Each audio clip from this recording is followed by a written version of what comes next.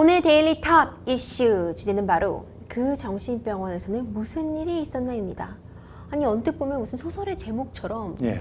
좀 으실으실하고요. 좀 예. 무시무시한 얘기가 펼쳐질 것 같다 이런 생각이 드는데 사실 굉장한 말도 안 되는 일이 일어났어요. 예. 전북의 한 정신병원에서 일어난 일이라고 하는데 어떤 내용인지 먼저 세무사님 좀 살펴주시죠. 예. 지난 7월 말에 네. 벌어진 좀 사건입니다. 된 내용이군요. 예. 그런데 이제 최근에 이제 그 수사가 끝나고 송치가 되면서 이 사실이 다시 한번 알려지게 화제가 거죠? 된 거죠. 자, 7월 말에 전북의 한 정신병원에서 어떤 환자가 기웃거리면서 다른 환자의 그 병실을 네. 그 탐색을 합니다. 네. 그런 상황에서 공교롭게도 그 해당 층에 간호조무사 등 4명이 근무를 하고 네. 있었음에도 불구하고 다른 일을 갖다 막 하는데 정신이 팔려 있었어요. 그렇죠. 그럴 때 이 남자 환자가 여자 혼자 있는 병실로 쑥 들어가는 거죠. 네. 그렇게 들어갈 때 아무도 제지를 하지 않았다는 거군요. 제지하지 않을 뿐더러 그 안에 들어간 것도 몰랐던 거죠. 아이고. 그 안에서 성폭행 범죄가 일어납니다. 15분쯤 지난 후에야 이제 그 사실을 알게 된 조무사들이 달려가서 이 남자 환자를 끄집어내죠. 네. 그리고 나서 바로 뭐 경찰서나 뭐 이런 데 조치를 하지 않습니다. 신고를 하지 않았단 말이군요. 예, 조치를 하지 않고 누구한테 알리냐? 병원의 상급자한테 그냥 알리는 거예요. 네. 그것도 그날 근무자들이 알린 게 아니라 그 다음 날이 돼서 상급자들한테 알립니다. 그러면 이제 그 다음 날에 받았지만 상급자들도 적절한 그 조치를 취해야 되지 않겠습니까? 그렇죠. 아무 조치를 취하지 않습니다. 그리고 여성 환자를 다른 병실로 옮겼을 뿐인데요.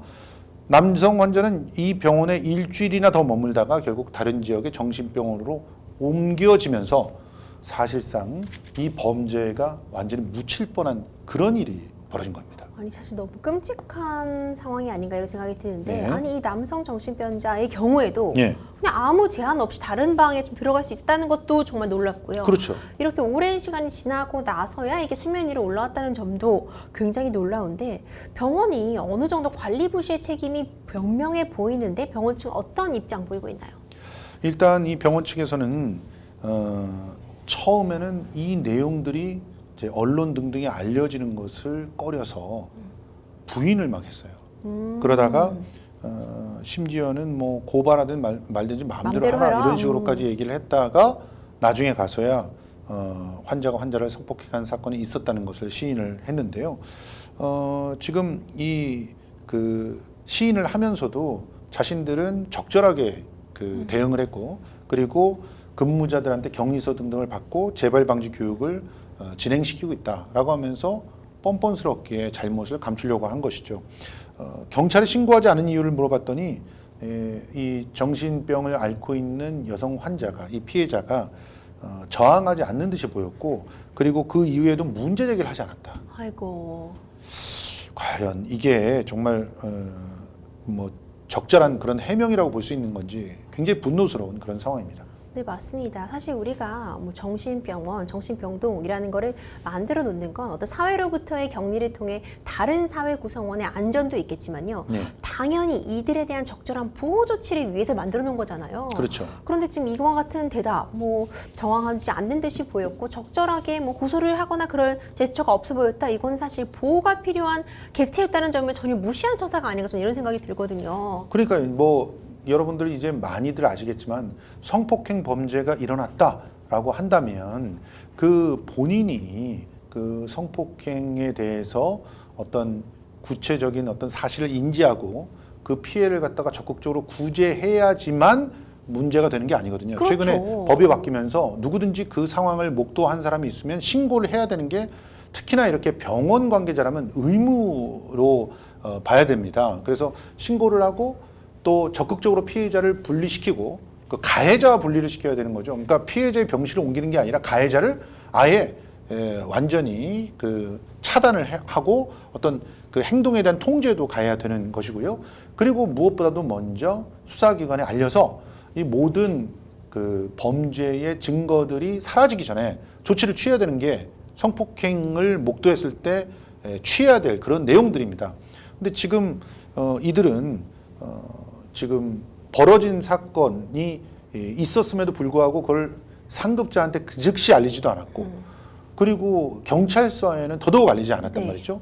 그러다 보니까 성폭행이 있었을 때만 발견할 수 있는 그때 당시에 딱 신체 검사를 해야지만 발견할 수 있는 그런 증거들을 확보하지 못하게 그렇겠죠. 만들었죠. 이거 자체가 증거 인멸입니다. 그런데 더 끔찍한 일은 실제로 CCTV에 이 내용이 들어있었다는 거죠. 그리고 이게 분명히 이제 제보가 있었으니까 이 내용들이 알려진 거 아니겠어요? 근데 이 제보가 있었음에도 불구하고 CCTV의 영상이 삭제된 것을 실수로 지운 것이다. 애초부터 뭐 어떤 고의가 있어서 증거를 인멸한 게 아니다. 이런 식으로 주장을 하고 있다는 겁니다. 이 모든 것들은 사실은 제가 보기에는 적극적인 증거 인멸을 했는데 이 당사자가 인멸한 게 아니잖아요. 그러니까 당연히 증거인멸 범죄로 처벌을 받아야 되는 상황이 아닌가 저는 그렇게 생각합니다. 그렇군요. 지금 또 하나 정말 강력하게 문제가 되고 있는 부분은 병원 측이 증거를 숨기려고 했다는 그런 증거들이 나오고 있는 부분들이에요. 예. 이 내용도 좀 살펴주시죠. 예, 방금 전에 말씀드렸던 것처럼 애초에 성폭행 범죄가 발생을 하면 피해자의 신체에 남아있는 그런 증거들을 채취를 해야 되고 피해자의 오염되지 않는 진술을 확보를 해야 됩니다. 그리고 그것을 목도한 사람들의 그 객관적인 증언들을 그 피해 사실로서 받아서 그것을 증거로 확보해야 되죠. 이걸 모두 다 하지 않았어요. 다 안 했고 그다음에 아까도 말씀드렸듯이 CCTV에 그렇죠. 이 내용이 남아 있는 것을 우선적으로 이제 삭제되지 않도록 조치를 취하고 그것을 수사기관에 넘겨야 되는 건데 이걸 CCTV 관리자가 임의로 삭제를 한 겁니다. 그런 정황들이 좀 확인이 되고 있죠. 그러니까 이거 임의로 삭제했다는 건 팩트고요. 그리고 이제 삭제한 이유에 대해서 네. 물어보니까 실수로 지웠다. 그러니까 CCTV를 갖다 점검하는 과정에서 실수로 하필이면 그 부분을. 영상, 그 부분만 삭제를 했다는 겁니다. 이걸 믿을 사람이 누가 있겠습니까? 그러니까 이렇게 되니까 실제로 지금 이 부분이 증거인멸죄로 처벌을 해야 되는 거 아니냐라는 주장들이 나오고 있는데요. 변호사님께 여쭙고 싶어요. 이게 지금 가해자인 남자 환자가 그렇죠. 자기가 저지른 짓을 숨기기 위해서 증거를 인멸했다면 그거는 증거인멸죄로 처벌할 수가 없잖아요. 그렇죠. 본인의 범죄에 대한 것이니까. 근데 이 병원은 왜 이렇게 증거들을 갖다 다 은폐를 하고 인멸을 하려고 했던 걸까? 이렇게 되면은 이거는 분명히 증거인멸죄가 성립되지 되게 않습니까? 그렇죠. 이게 아무래도 삭제 과정을 좀 재현해 보셨다고 해요. 경찰 측에서. 예. 그랬더니 이제 2번이나 삭제 안내 메시지 뭐 우리가 왜 예. 휴대폰 사진 지우려고만 해도 정말 뭐 삭제가 하시겠습니까? 뭐 예. 휴지통으로 보내시겠습니까? 이렇게 확인을 하잖아요. 그렇죠. 그러니까 이게 그냥 쉽게 지워지는 것도 아니고 삭제 전 경고 문구가 뭐 2번이나 떴다고 하고요. 또 이 특정 영역만 아니 뭐 점검을 위해 실수를 했다면 넓게 인정을 해보더라도 그럼 좀 다른 부분도 같이 지워졌다거나 아니면 예. 뭐 다 날라갔다거나 그것도 아니고 특정 부분만 삭제된 점 그 외 정황들을 고려했을 때 사실 증거인멸죄 적용되길 가능성이 매우 커 보이거든요. 예. 아마도 병원 측에서는 이 CCTV가 굉장히 강력한 증거이자 본인들의 관리 소홀을 인정되게 하는 그런 증거라서 좀 고의적으로 그러지 않았을까 하는 의심이 좀 강하게 남는 그런 상황이네요. 전 정말 이해가 잘 안 되는 것이 여기서 이제 주된 그런 어떤 범죄를 저지른 그 사람은 그 남자 환자잖아요. 그렇죠. 이 남자 환자가 범죄를 저질렀으면은 그 아무리 자기네들이 책임을 갖다가 벗어나려고 하더라도 이 남자가 저지른 범죄에 대한 증거를 인멸하면 안 되는 거거든요. 그렇죠. 근데 이 사람들은 자기네들이 관리 소홀한 것을 덮기 위해서 아주 중요한 증거를 인멸했어요. 그게 자기 범죄를 덮은 게 아니라 실제로는 남의 범죄를 증거를 인멸함으로써 덮어서 결국 이제 역으로 자기의 범죄까지 덮여지기를 원했던 건데 그렇죠. 이런 상황은 명백히 증거 인멸의 혐의가 있다고밖에 볼 수 없는 그런 상황이라고 저는 생각을 합니다. 사실 그러면 이 해당 정신병원이 있는 지자체 역시도 이 정신병원에 대한 관리 감독권을 갖고 있을 그렇죠. 거 아니에요. 이 지자체에는 어떤 대응과 어떤 입장 보이고 있나요? 일단 지자체에서는요, 이 병원을 점검을 했겠죠. 근데 점검을 했는데 관련 법상 반드시 둬야 될 보안 요원 없었고요. 그 시정 명령만 내렸습니다. 지금 그 사건을 알고 신고하지 않는 부분들에 대해서도 처벌을 해야 되고, 그리고 또 정신병원 안에서 벌어진 범죄에 대해서 증거를 인멸한 부분들에 대해서도 강력하게 어떤 제재를 가해야 되잖아요. 근데 이 모든 것이 규정이 없어서 처벌할 수가 없다고 얘기를 하는 거예요. 그러면 지자체의 관리감독권이라고 하는 건 도대체 뭘까? 이런 의문을 품지 않을 수가 없습니다. 일단 지자체에서 얘기하고 있는 거는 경찰 수사에 의해서 추가로 뭔가 나온 게 있으면 그게 우리가 정해져 있는 규정에 혹시라도 이제 저촉이 있다고 한다면 그렇죠. 그 부분에 대해서 문제 제기를 하겠다는 건데 지금 이게 도대체 이 적반하장 같은 상황이잖아요. 우리가 이제 어떤 조직 안에서 무슨 문제가 벌어진다고 생각해 보세요. 그럼 1차적으로 그 조직을 담당하고 있는 곳에서 뭐 감사든 관리든 뭐 이런 것들을 그래야겠죠. 해서 문제를 적발해내고 그 적발해낸 문제에 대해서 자신들이 더 이상 그거를 수사해 나갈 권리가 없잖아요. 강제 수사권이 없을 때 수사기관에 통보를 해가지고 그 적극적 수사를 받게끔 하는 게 원래 순서 아닙니까? 그렇죠. 그런데 이 지자체에서는 자신들은 뭐 와가지고 상황을 봤는데 그러면 감사를 하든 뭘 하든 막 해야 될 텐데 그런데 거기에 대한 어떤 규정이나 뭐가 없기 때문에 그냥 보안 요원 없는 거에 대해만 건의를 했다 이러고 끝낸다는 것이 사실 이런 곳에서 정신병원을 관리한다는 것이 말이 되는가 이런 상황들이 얘기가 되는 겁니다.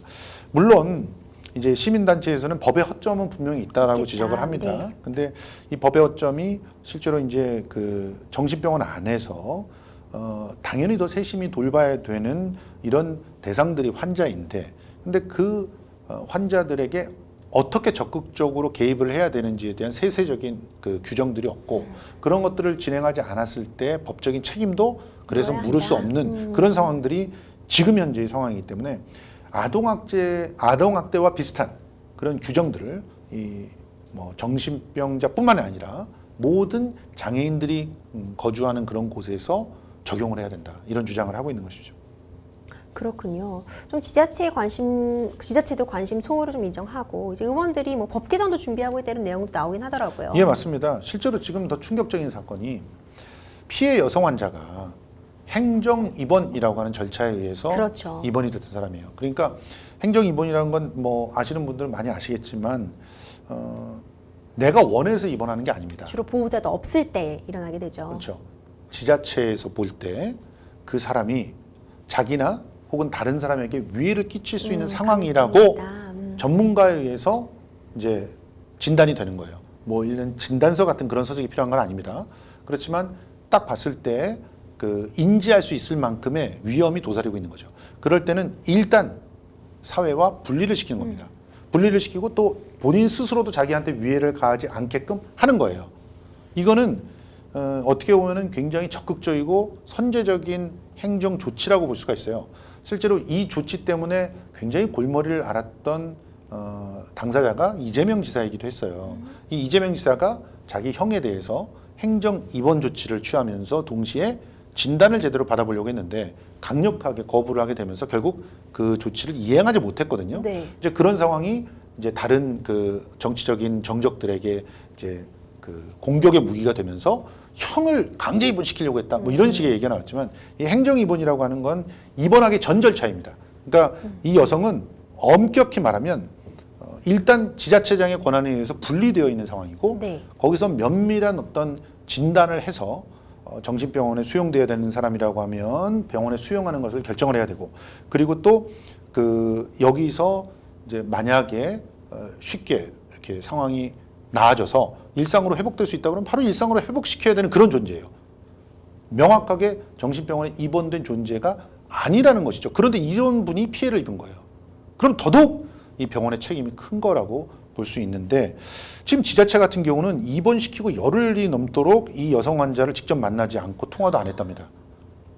그리고 병원도 역시 이런 상황에서 그냥 어떻게 보면 이렇게 치료를 하고 나중에 비용들 청구되는 거는 뭐 의료보험이든 관이든 이런 데서 책임지게 되잖아요. 그러니까 그것만 챙기고 방치했다라고 볼 수밖에 없는 상황을 병원과 지자체에서 하고 있었던 것이죠. 이게 더욱더 충격적인 내용입니다. 너무 안타까운 그런 상황인 것 같은데 사실 지자체 관리소월 그리고 병원의 관리소월 인정되지만 일단 가해자는 이 남성이에요. 이 남성 환자 현재 어떻게 수사 진행되고 있나요? 지금 뭐 검찰에 넘겨져 가지고 결국은 이제 그 지난 15일에 성폭력 범죄의 처벌 등에 관한 특례법 위반으로 불구속 송치가 된 겁니다. 그런데 이 자 같은 경우는 사실 어떻게 보면은 이런 그 성향들이 내재되어 있는 그런 상태였던 걸로 지금 보여요. 그래서 병원 측의 책임이 더욱더 이제 커지는 것인데 사실은 뭐 이 돌발적이고 충동적인 어떤 행동들을 할 수 있는 그런 사람들이라고 한다면 그런 예후가 있는 사람들이라고 한다면 더욱더 철저하게 관리 감독이 되어야 되는 것인데 그런 관리 감독이 안 되어 있고 그런 상태에서 이 일이 벌어졌기 때문에 일단은 좀 나중에 재판에 가봐야 되겠지만 병원 측의 책임들이 막중한 것인가 실제로 이 환자의 어떤 그 자기의 주체적인 의지가 더 이 문제를 일으키는데 더 결정적인 그 상황이 된 것인가 이 두 개를 놓고 치열한 법정 다툼이 벌어지지 않을까 저는 그렇게 보고 있습니다. 그렇군요. 지금 이 남성 불구속 수사를 받고 있는 중이긴 합니다만 정신병원에 지금 입원한 이력이 있기 때문에 뭐 흔히들 심신미약으로 감경되는 거 아니냐는 우려 섞인 목소리 나오고 있는데 평론가님께서 어떻게 보세요? 그러니까 이 부분이 진짜 법정에서 다퉈져야 될 부분이에요. 그러니까 심신미약이다라고 뭐랄까 좀 폭 좁게 이렇게 보는 게 아니라 실제로 정신적 질환을 앓고 있는 사람이라고 한다면 돌발적으로 어떤 행동들을 다른 사람한테 저지를 수가 있는 상황이라는 거잖아요. 그러면 뭐 이런 부분들에 대해서 미리 알고 있는 특히나 전문가들이 이들을 전문적인 영역에서 격리하고 있는 상황인데 관리를 하지 못해서 사건이 벌어졌다는 거죠. 그러면 이 개인도 분명히 막중한 책임이 있지만 그것을 알고도 관리를 하지 않는 그분들의 책임들이 더 커질 수도 있다는 상황인 거죠. 그러면 이제 서로 책임을 떠넘기겠죠. 그렇죠. 제가 만약 변호사라고 한다면 분명히 그런 식의 작업들을 하지 않을까 하는 생각이 들거든요. 우리 변호사님은 어떻게 생각하세요? 사실 또 많은 분들이 또 잘못 알고 계신 부분은요. 심신미약 감경이 뭐 정신과 치료 경력이 있다거나 예. 아니면 단순히 뭐 정신과 약을 뭐 복용하고 있는 경우라면 무조건 감경이 된다 이렇게 그건 생각하시는 아니죠. 경우가 있어요. 예. 하지만 변호관님 말씀해 주신 것처럼 그런 건 아니잖아요. 정신과에서 병원에서 진단을 받았다고 하더라도요. 이제 그거는 심신미약 감경을 할지는 판사님이 판단하시는 거기 때문에 예. 뭐 입원 기간, 입원 경력 그리고 어떠한 증상을 갖고 있는지 여부, 뭐 재범 가능성이라든지 이전의 상습범인지 여부 여러 가지 조건들을 다 보신 다음에 감경을 할지 정하는 거고 요즘 특히 사실 이런 감경이 쉽게 이루어지지 않는 추세이기도 하고요. 네. 그리고 살펴봐야 되는 거기 때문에 단정지어서 뭐 감경이 된다 이렇게 말할 수는 없지만 평론가님도 지적해 주신 것처럼 좀 꼼꼼히 이런 부분을 좀 잘 다퉈볼 필요가 있고 절대 심신미약 감경이 어떤 가해자의 방패막이로서만 작용해서는 또 안 된다는 점도 꼭 짚고 넘어갈 것 같은 생각이 드는데요. 그러니까 이 병원 측의 책임을 자꾸 변호인이 따져 묻게 될 경우 그렇죠. 그렇게 될 경우에는 그 부분이 양형의 고려 사유가 될 수 있다는 거죠. 이거는 그렇죠. 심신미약이 아니라 그러니까 위험인지를 하고 있는 관리 감독의 소홀도 굉장히 그렇죠. 막중한 책임이 있고 그런 관리 감독의 적적이 있었다면 그리고 그런 곳은 그런 적절성을 인정할 수 있는 그런 병원이란 특별한 공간이었잖아요. 그런 공간인데도 그걸 안 했다라고 하는 거 이 부분에 대해서는 분명히 굉장히 심각한 논쟁이 붙을 수 있는 그런 상황이 아닌가 저는 그렇게 조심스럽지만 그렇게 보고 있습니다. 맞습니다. 이 병원의 대처가 말씀하신 것처럼 초기부터 그리고 사건 진행 과정 그 후까지 좀 실망스러운 부분이 많이 있는데 네. 처음에 우리가 토크 들어가면서 설명해 주신 것처럼 뭐 규정이 없었다, 매뉴얼이 없었다 이렇게 좀 대응을 하고 있잖아요. 예. 이런 사건이 뭐 처음이었으니까 우왕좌왕할 수는 있다는 건 알아요. 하지만 그럴 경우에는 우리가 신의 치기라고 하잖아요. 예. 관례상 그렇죠. 마땅히 내가 할 수 있는 재량의 범위 안에서 내가 해야 할 조치들을 취하면 사실 그런 게 바로 관습법이고 예. 그런 게 신의 칙에 따라 행동하는 건데 아쉬움이 남는데 이 관련 규정이 없었다. 이 내용 한 번 더 짚어주시죠. 예, 실제로 이제 일단 병원 같은 경우는 명백하게 이제 지금 현재 있는 규정으로 짚어낼 수 있는 부분은 이제 보안 요원 등을 둬서 이제 이런 불상사를 갖다가 미리 막지 않았다라고 하는 부분은 이제 병원의 책임이 있겠죠. 분명히 존재하는 것이고 그리고 또 병원이라고 하는 곳이 지금 보면은 행정 입원을 한 사람이라는 부분은 병원의 책임을 더욱더 무겁게 볼 수 있는 그런 요건이라고 보거든요. 행정 입원은 아까도 말씀드렸지만 지자체에서 그 사람의 보호자가 없거나 혹은 그분이 지금 어떤 신체적인 위해를 직접적으로 본인한테 가하거나 남한테 가할 수 있는 위험이 그렇죠. 다분하게 인정됐을 경우 전문가의 의견을 첨부해가지고 일단은 격리시켜 놓는 거거든요. 격리해서 거기서 진단을 해보고 관찰을 해보고 그러면서 그 가운데서 계속 격리 수용을 해야 된다. 그러면 정신병 환자로 이렇게 땅땅 이렇게 진단이 내려지는 것이고 그렇죠. 그리고 그런 것이 아니라면 일상으로 다시 회복시켜야 되는 그 흥분이나 이런 것들을 가라앉히고 자신을 충분히 이제 조율할 수 있게 됐을 때 복귀시켜야 되는 그런 일을 지자체와 병원이 담당하고 있는 거예요. 그런데 거기에 대해서 일단 행정 입원을 시켜놓고 나머지 조치는 전혀 제대로 취하지 않았다는 거. 이것도 굉장히 문제고, 특히나 이분이 피해를 딱 입었잖아요. 그리고 자신이 행정 입원이 될 만큼 어떤 사태의 파악이나 어떤 내가 앞으로 해야 될 마땅한 어떤 합리적인 어떤 결정, 이런 결정을 하기가 어려울 수 있는 사람이었단 말이죠. 그러면 이 부분에 대해서 전문가들이 이 일을 도와서 피해를 갖다 최소화시키려고 하는 노력을 해야 되는 것이 그게 당연한 일이거든요.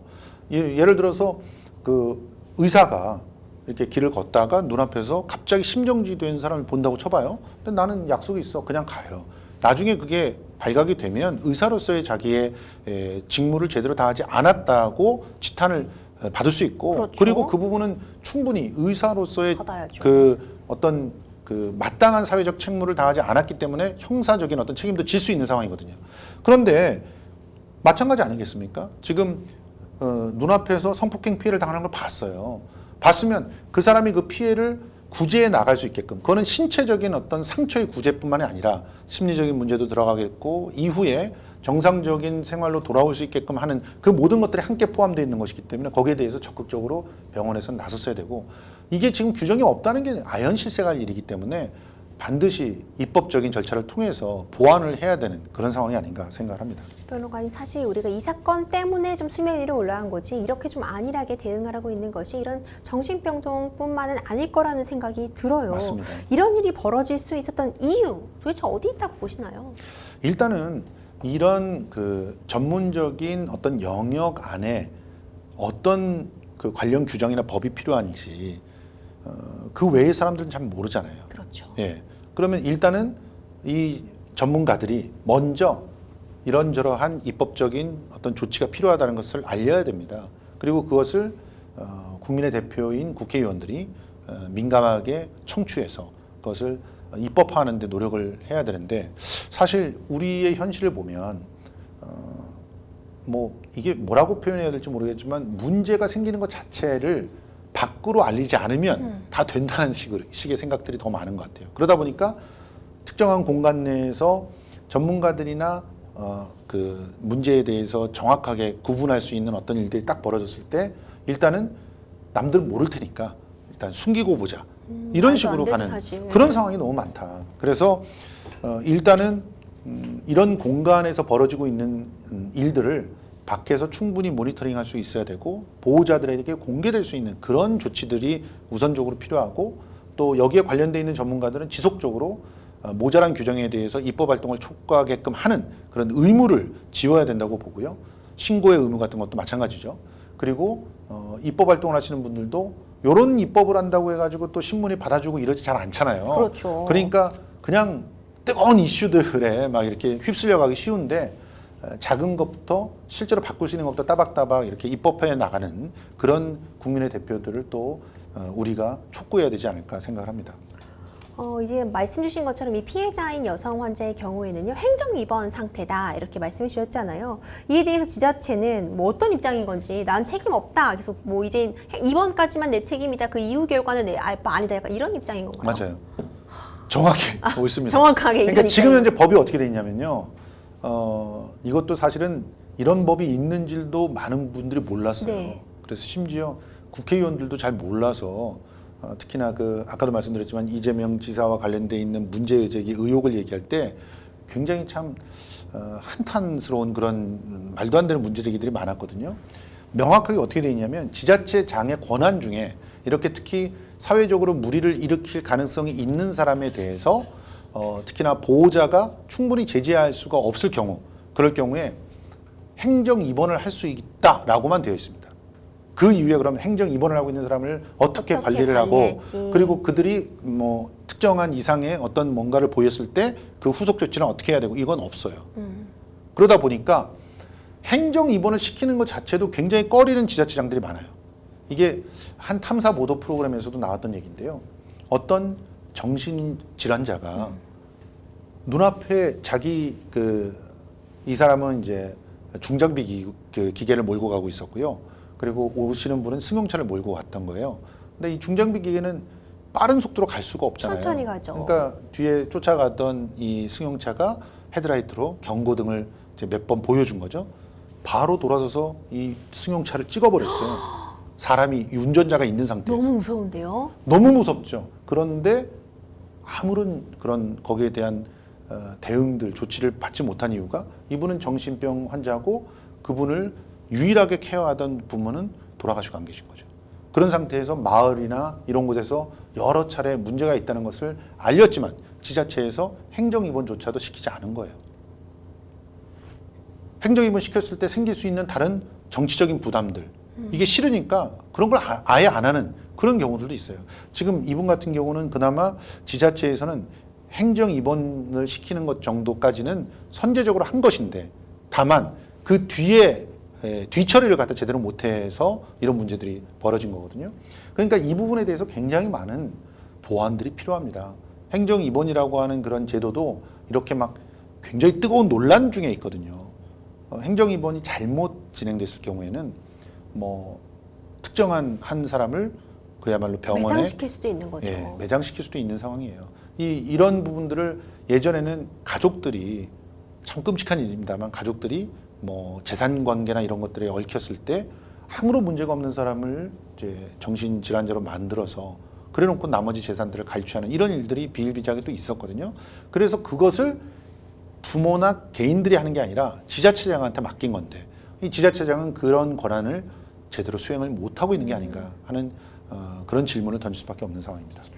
사실 평론가님 거듭 말씀해 주시는 것처럼 행정 입원을 하는 분들이 대부분 이제 보호자나 마땅히 케어를 받을 수 있는 케어를 해주실 수 있는 분이 없는 경우가 많잖아요. 이런 경우에 도대체 어떤 관리나 제도적 도움 필요할 거라고 보시나요? 마땅히 사회가 책임을 져야 되겠죠. 그러니까 이 사회가 책임을 진다라고 하는 이 개념 속에서 돌봄이라고 하는 지금 최근에 화두가 되고 있는 그런 사회적인 어떤 조치에 대해서 다시 한번 우리가 좀 그 중요성을 좀 함께 나눠야 될 필요가 있습니다. 우리가 돌봄이라고 하면 사회적 돌봄이라고 하면 우선 어르신, 그것도 뭐 치매나 이런 것들이 결려 있는 어르신 이런 것도 쉽게 생각하고 장애 있는 장애인 뭐 이런 분들 생각하기 쉽고 그리고 또 이제 육아 같은 걸 갖다 이제 사회적 돌봄으로 해결해야 된다 이런 얘기들을 좀 많이 하고 있잖아요. 이 범주 안에 정신질환자도 정신장애인입니다. 그런 형태로 들어와 있는 분들이에요. 그렇기 때문에 당연히 사회적인 시스템을 마련을 해서 부모들에게 모든 걸 맡기는 게 아니라 사회적으로 어떻게 이들을 돌보고 관리해야 될 것인가를 시급하게 논의하고 그 시스템을 만들어야 될 필요가 있는데 이 부분에 대한 논의는 솔직히 말하면 아직까지도 그냥 병원으로 쉽게 격리하는 걸로만 끝내는 그런 상황에 와 있는 거죠. 더욱더 사회적으로 많은 합의들을 해나가고 대안에 대해서 좀 논의를 할 필요가 있다고 봅니다. 사실 이번 사건 같은 경우는 사건을 인지하고도 신고하지 않은 부분에 대해서 사실 딱히 처벌 규정이 없다 이런 점이 좀 아쉬움으로 꼽히고 있잖아요. 법 개정 준비하는 움직임 말씀 주셨는데 어떻게 좀 진행이 되고 있나요? 기본적으로 지금 이제 정춘숙 국회의원이 법적 사각지대를 없애기 위해서 개정안을 준비하고 있다고 밝혔어요. 그러면서 현황을 파악한 뒤에 이와 관련된 구체적이고 실질적인 어떤 대안을 만들어 보겠다 얘기를 했는데요. 뭐 이것만 바라고 있을 수는 없죠. 실제로 지금 우리는 두 가지 축에서 이 문제를 적극적으로 논의해서 대안을 만들어야 되는데 하나는 지금 우리가 오늘 계속 그 핵심적으로 얘기했던 게 법적 대안이라고 한 부분이잖아요. 이 법적 대안에는 일단은 제재를 어떻게 할 것인가, 처벌을 어떻게 할 것인가 이 부분만 너무 부각되고 있어요. 그런데 실제로 사회적 돌봄을 어떻게 할 것인가도 얘기를 해야 된다는 거죠. 저는 최근에 굉장히 참 답답한 그런 상황을 봤는데 송파에서 노인 케어센터 하나가 결국은 백지화되는 걸 보고 어떤 국회의원은 이게 우리 성과입니다라고 하면서 굉장히 참 강조를 해서 자기 공약이 실현됐다는 걸 자랑하는 그런 상황을 봤어요. 물론 그 장소에 대한 다양한 논란이 있을 수 있고 그 장소와 가까이 있는 분들은 그것을 혐오 시설로 인식할 수도 있다고 봅니다. 그런데 이런 시설들을 자꾸 산으로 보내버리고 이렇게 된다면 이렇게 격리된 순간에 사회적 돌봄은 없어져요. 특정한 사람들이 계속 돌봐야 되는 거잖아요. 근데 우리 마을 안으로 갖고 들어오고 우리 마을 안에서 적절한 전문적인 지원들을 받으면서 그리고 우리들이 마땅히 운영할 수 있는 그런 세금으로 정확하게 케어를 하게 된다면 오히려 위험성이 줄어들고 그들이 사회 안에서도 소통하고 일상을 유지하면서 문제를 해결할 수가 있거든요. 대다수는 그렇게 됩니다. 그래서 전혀 격리라고 하는 거 필요 없다는 얘기는 아니지만 이런 부분에 대한 논의를 하면서 이럴 수 있는 뭐 공간과 그 공간에 봉사하는 사람들과 거기에 대한 재원들과 이런 것들을 함께 얘기하면서 이 처벌이나 이런 걸 얘기하지 처벌만 만들어 놓으면 계속 규정 없다고 따져나갈 것이고 그리고 뭐 매번 남에게 그 책임을 떠넘기는 그런 상황들이 벌어지지 않을까 생각을 하고요. 우리 사회가 점점 파편화되기 때문에 정신질환이나 정신장애를 갖고 있는 분들이면서도 혼자 떨어져서 살아야 될 사람들이 앞으로 더 심해질 텐데 더 많아질 텐데 그것을 전부 어떻게 처리할 것인가 지금 빨리 대안을 마련해야 될 때가 아닌가 생각합니다. 결국 이런 시설에 대한 적절한 관리와 통제가 되는 모습을 보여야지 또 그 지역 주민들도 좀 안심하고 이런 센터를 당연하죠. 건립할 수 있을 거 아니에요. 예. 그렇기 때문에 무엇보다 제도적인 개선 그리고 국민들이 안심할 수 있는 투명한 시스템, 안전한 관리, 주민들의 의견 수렴 이런 절차가 모두 따져본 다음에 좀 진행이 돼야 할 것 같습니다. 그렇다면 이번 사건 관련해서 사실 이런 사건 일어났을 때만 부르르 이렇게 또 일어났다가 또 잊혀지면 안 되잖아요. 맞아요. 보다 실효성 있는 대책 평론가님 어떤 시선에서 바라보고 계신가요? 저는 이제 정신장애를 앓고 있는 분들이 함께 더불어 살면서 동시에 그 공동체 그게 일종의 하나의 마을이고 공동체죠. 근데 그 공동체를 둘러싸고 있는 또 봉사자들의 공동체와 함께 아주 성공적으로 사회적 돌봄과 또 특정한 마을의 어떤 그 지속적인 성장도 해결한 그런 사례들을 선진국에서 보고 있는데요. 그런 공동체들의 사례들을 많이 참조를 해야 된다고 봐요. 그래서 그렇게 그 함께 해결해 나가는 그런 시스템과 거기에 대한 어떤 시설들을 다 만들어 놓고 그 다음에 의무신고제를 정착시켜야 되겠죠. 그렇게 전문적인 공간을 두고 그렇게 그 전문가들이 지원을 하고 또 세금이 들어가고 그리고 다양한 그런 어떤 그 공동체 원들의 노력과 관심이 들어가는데도 거기서 문제가 벌어졌는데 신고도 하지 않고 이런 법적인 처벌을 받아야 되지 않겠어요? 그렇죠. 이렇게 설득이 되는데 지금처럼 그런 것들은 하지 않고 그냥 병원에 떠넘기듯이 이렇게 가면 규정대로 해주세요. 규정 없어요. 그렇죠. 이렇게 될 수가 있고 의무신고제 하면 우리 안 받을래요. 이렇게 할 가능성이 상당히 높다는 거죠. 그래서 근본적인 대책은 일단 발상의 전환을 통해서 다양한 그 사회적인 합의들을 이루어 나가면서 먼저 이제 그 제도적으로 우리 사회 안에서 그 이들에 대한 돌봄을 어떻게 해결할 것인지를 고민하는 일, 그게 우선순위라고 저는 생각을 합니다. 네, 평론가님 말씀처럼 좀 안전한 관리 그리고 이들이 우리 사회로 함께 안전하게 같이 살아갈 수 있는 그런 방법에 대한 탐구, 모색 꼭 뒤따라야 될 것 같습니다. 실제로 그 해외의 사례들을 보면 이들이 오히려 주변에 같이 더불어 살고 있는 사람들에게 굉장히 중요한 그런 어떤 치유와 위로를 주고 있는 케이스들도 많이 보고 있거든요. 발상만 바꾸면 그들이 사회 안에서 굉장히 나름대로의 일들을 해나갈 수 있는 그런 사람으로 거듭나기도 할 수 있다는 사실들을 다양한 사례를 통해서 연구를 좀 했으면 좋겠습니다. 네, 데일리 탑 이슈 여기까지입니다. 다음 시간에 더욱 따끈따끈한 이슈들로 찾아오도록 하겠습니다. 여러분들은 지금 생생법률쇼 함께하고 계십니다.